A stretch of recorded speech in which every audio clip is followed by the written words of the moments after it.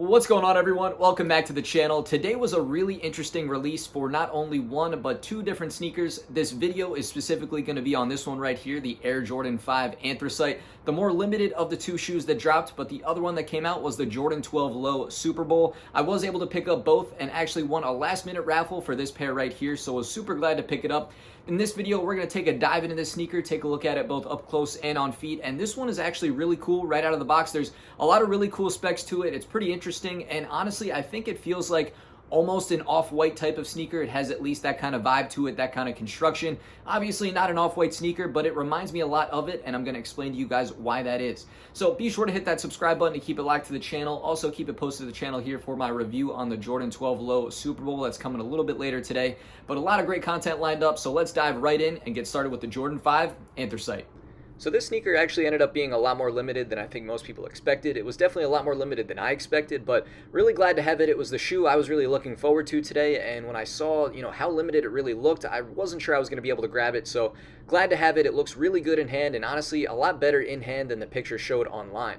But as for the pricing, the sizing, the comfort, the stuff you're going to need to know about the sneaker, we'll start with the pricing first. It did come out for 190 bucks. You can see that on the box tag here, and resale prices are currently around 300 bucks. So given how limited they were, I don't think that's terrible, but I'm not really sure what's going to happen to the prices either. I could see them going down. I don't know if they're going to go up too much higher than that, but not a terrible price point if you were looking to pick them up right now.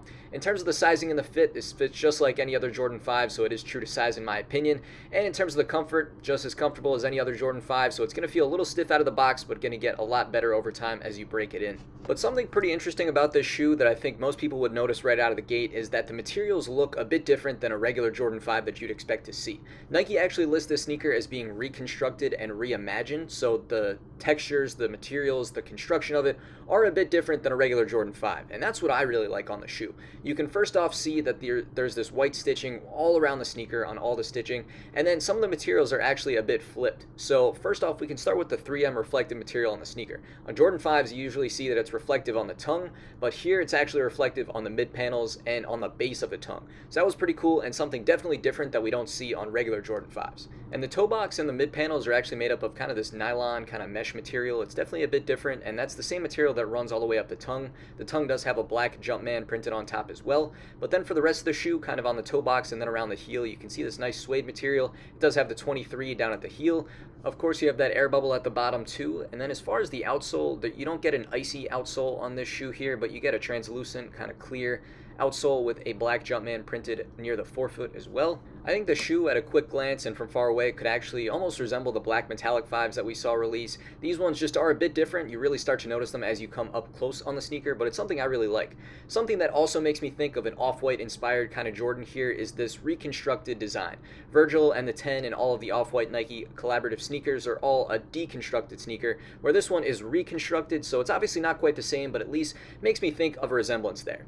But as we think about the shoe as a whole, I really like it a lot, and I think this is a solid 9.5 out of 10 for me. I just think it looks really clean. I'm a big fan, and I just think it looks good on feet. So now that we've taken a look at the Jordan 5 Anthracite, I just have the one question that I'm still not sure we can get answered here, and that one is just, I'm not really sure why they made it so limited. This is a really cool shoe, honestly, for all the reasons I kind of explained. I really like it a lot. I think it has a lot of potential, and something that people might overlook because of how limited it was. But let me know what you guys think in the comments down below. Was this a shoe you guys went after today or maybe picked up today? Let me know in the comments. I want to thank you guys for stopping by. Be sure to hit that subscribe button, and I'll catch you guys back here again real soon.